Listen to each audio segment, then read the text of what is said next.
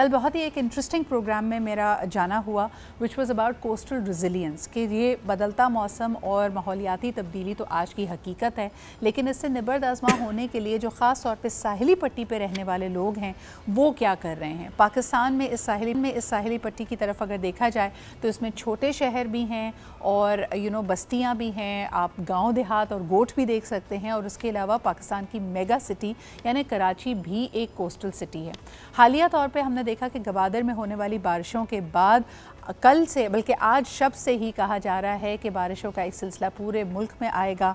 It is going to make a lot of communities very very vulnerable. अल्लाह ताला खैर की बारिश लेके आए। लेकिन हमने सोचा इसी बात को डिस्कस करते हैं कि किस तरह हम अपनी कोस्टल रेजिलियंस को बढ़ा सकते हैं, इसमें क्लाइमेट फाइनेंसिंग का क्या रोल हो सकता है और ये तरक्की याफ्ता ममालिक अपना हिस्सा कब और कैसे डालेंगे।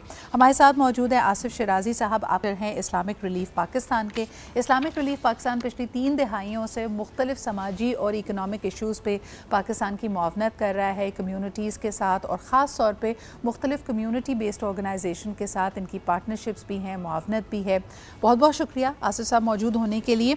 कल जिस तरह के मैं सारी एक डिस्कशन सुन रही थी, हुकूमत के इदारे भी चाहते हैं कि इसके लिए काम किया जाए, लेकिन वसाइल की कमी है, और आपके कल के प्रोग्राम का फोकस भी क्लाइमेट फाइनेंसिंग था।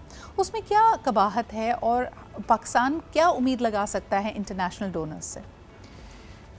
देखें, कुछ फैक्चुअल चीज़ें हैं इस रीजन में जहाँ पाकिस्तान वाक़ है, और स्पेसिफ़िकली पाकिस्तान, हम लोग क्लाइमेट चेंज से सबसे ज़्यादा इम्पेक्ट होने वाले कंट्री हैं, और उसका सबसे बड़ा एविडेंस, सबसे बड़ी रीसेंट मिसाल है 2022 का फ्लड्स, जिसमें 33 मिलियन पीपल जो हैं, 3.5 करोड़ लोग जो हैं वो मुतासिर हुए, जिसमें 2.3 मिलियन हाउसेस जो हैं वो डैमेज हुए। इसी तरह जो है वो हज़ारों लाखों एकड़ जो है वो ज़मीन जो है वो ख़राब हुई। तो हमारे ऊपर जो है ना इसका इम्पेक्ट जो है वो बहुत ज़्यादा है, लेकिन इसके अंदर पाकिस्तान जो है वो इस जो फिनोमिना है उसमें कंट्रीब्यूटर नहीं है। हमारी जो कार्बन एमिशन है वो लेस दैन 1% है। तो हम लोग जो हैं वो किसी और की, आप कह लें कि जिनकी ज़्यादा कार्बन एमिशन है उनकी वजह से इम्पेक्ट हमारे ऊपर है, और जिस स्केल का वो इम्पेक्ट है वो हमारे मुल्क की जो कैपेसिटी है, चाहे वो डिज़ास्टर मैनेजमेंट की कैपेसिटी है या क्लाइमेट चेंज अडाप्टेशन की कैपेसिटी है, उससे बहुत ज़्यादा है।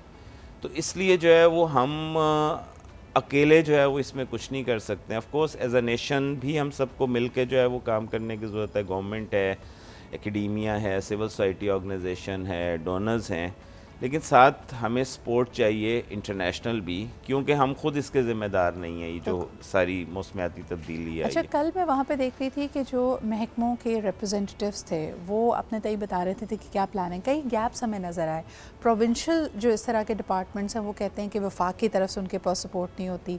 मुख्तलिफ जो कम्यूनिटी के वहाँ पर रिप्रेजेंटेटिव्स मौजूद थे, उन्होंने कहा जी लोग हमसे आके बात करते हैं लेकिन डिलीवरी डिलेड होती है, हमें एक छोटी रकम दरकार थी। अगर हमारे जैसे अगर मछेरों का एक बस्ती है, वो कह रहे हैं कि जी हमारी ज़िंदगियाँ क्लाइमेट चेंज की वजह से मुतासर हुई हैं, हम जहाँ पे जिस रोज़गार जो हमारा लाइवलीहुड था वो ख़त्म होता चला जा रहा है।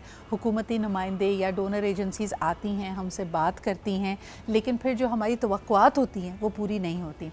आप एज समबडी जो इस इकोसिस्टम को समझते हैं, कहाँ कहाँ गैप्स मौजूद हैं और हम फौरी तौर पर क्या कर सकते हैं? लेकिन जी सबसे बड़ा गैप तो ये है, जब भी इस तरह की सिचुएशन आती है तो उसके सोल्यूशन कोई लोकलाइज ढूंढने की कोशिश नहीं होती है। हम मतलब सुनते ही हैं, जैसे 2022 के फ्लड्स के बाद जो है वो COP27, COP28 में पाकिस्तान की बड़ी अच्छी रिप्रेजेंटेशन रही, और उसमें हम सब ने सुना क्लाइमेट जस्टिस का, हमने सुना, और उसके जवाब में क्या हुआ, एक loss and damage fund announce हो गया जी। अच्छा, इससे पहले इस तरह के कुछ और फंड्स भी हैं, मसलन GCF है, वो सब। लेकिन कल आपने सुना होगा जो एक्सपर्ट्स कह रहे थे सारे कि वो जितने फंड्स हैं जी, उनकी एक्सेस जो है रियल स्टेक होल्डर्स तक वो बहुत मुश्किल है। हमें नज़र तो ये आता है कि बहुत सारे जो है ना वो एफ़र्ट्स हो रही हैं जिसमें जी इतने मिलियंस का या इतने बिलियंस का फ़ंड जो है वो हो गया, और इस तरह की चीज़ें, और बायलैटरल ने कर दिया, बैंक्स उसके अंदर आ गए। लेकिन उसकी जिन लोगों को नीड है वो लोकल जो हमारी कम्युनिटीज़ हैं या हमारे जो लोकल इदारे हैं, उनकी उन वसाइल तक जो है वो एक्सेस जो है वो काफ़ी चैलेंज है, रसाई काफ़ी बड़ा चैलेंज है जी। तो उसकी वजह से जो है वो नज़र तो आता है, लेकिन हमने अगस्त में एक क्लाइमेट चेंज के ऊपर इस्लामाबाद में जो है वो डायलॉग किया था। उसका हमने जो टॉपिक रखा था वो रखा था रेट्रिक टू रियलिटी। हमें नज़र तो बहुत आता है, बातें बहुत ज़्यादा जो है ना वो हैं, लेकिन उसकी ऑफ कोर्स फंडिंग एक बड़ा चैलेंज है।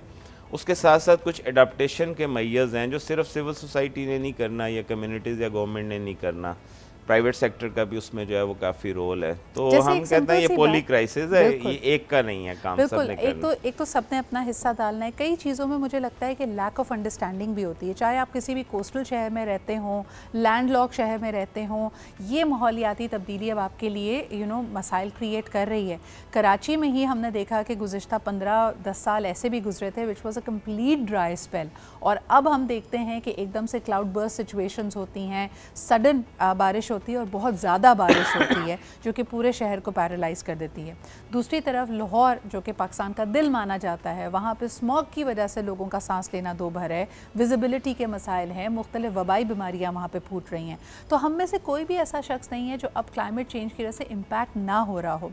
लेकिन आसिफ साहब, आखिर में खुसूसन यहाँ पर बात करना चाहेंगे ख़वातीन और बच्चों की।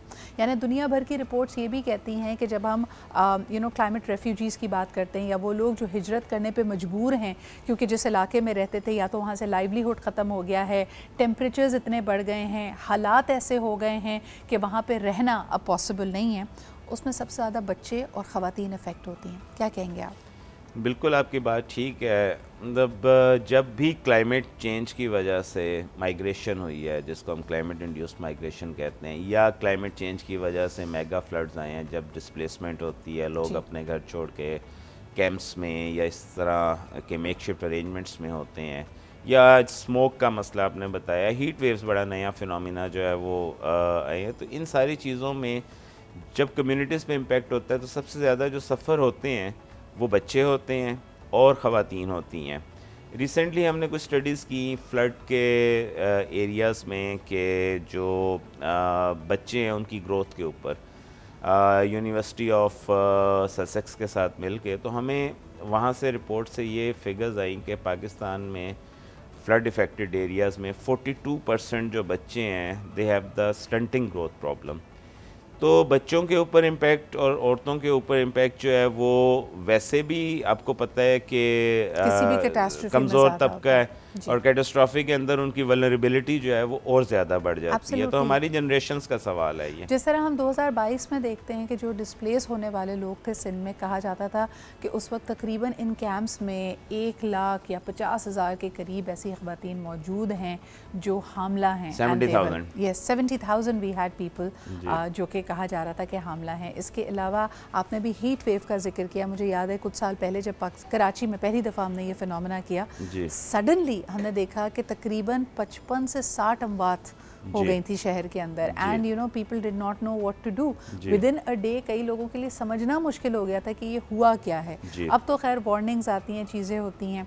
आप दूसरी तरफ, और ये सिर्फ और सिर्फ तरक्की पजीर ममालिक का मसला नहीं है, यूके की खबर में पिछले साल देख रही थी, they had the hottest summer, और उनका एक एयरपोर्ट का उन्होंने कहा कि एक रनवे बाकायदा पिघल गया। So I mean these are things that we did not know of, और अब we are all in it together. हम तो ये कहते हैं कि जो अभी तो यहाँ पर है ना इस रीजन में, तो जो तरक्की याफ्ता मुल्क हैं जो ज़्यादा ज़िम्मेदार हैं इस चीज़ के, तो ये आग तो वहाँ भी पहुँचेगी। और उसके बाद क्या होगा? हम तो ह्यूमैनिटेरियन रिस्पांस फिर करते हैं जी, फ्लड आ गया, द इस्लामिक रिलीफ ने 1.5 मिलियन लोगों तक उनको सर्व किया रिस्पांस रिकवरी में।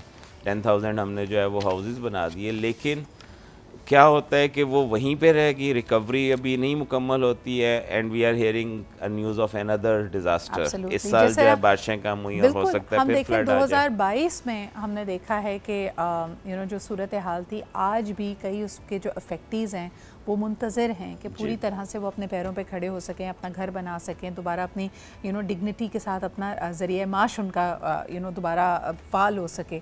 लेकिन on the other hand we have other crisis coming in. एक दफ़ा फिर आपको बताते चलें कि पूरे पाकिस्तान में आज शब से लेके हफ्ते तक वार्निंग्स मौजूद हैं। अल्लाह ताला खैर की खबर रखे, लेकिन प्लीज़ एहतियात आप लोगों ने करनी है। अगर बारिश शुरू हो जाए तो गैर ज़रूरी तौर पर घर से ना निकलें। अगर आपके घर में कोई बरकी आलात है जिसकी आपने उसको आपने सही नहीं कराया है, उसका ख्याल रखें, घरों को अपने सेफ़ रखने की कोशिश करें और गैर ज़रूरी बाहर ना निकलें। बहुत बहुत शुक्रिया आसिफ साहब हमारे साथ मौजूद होने के लिए।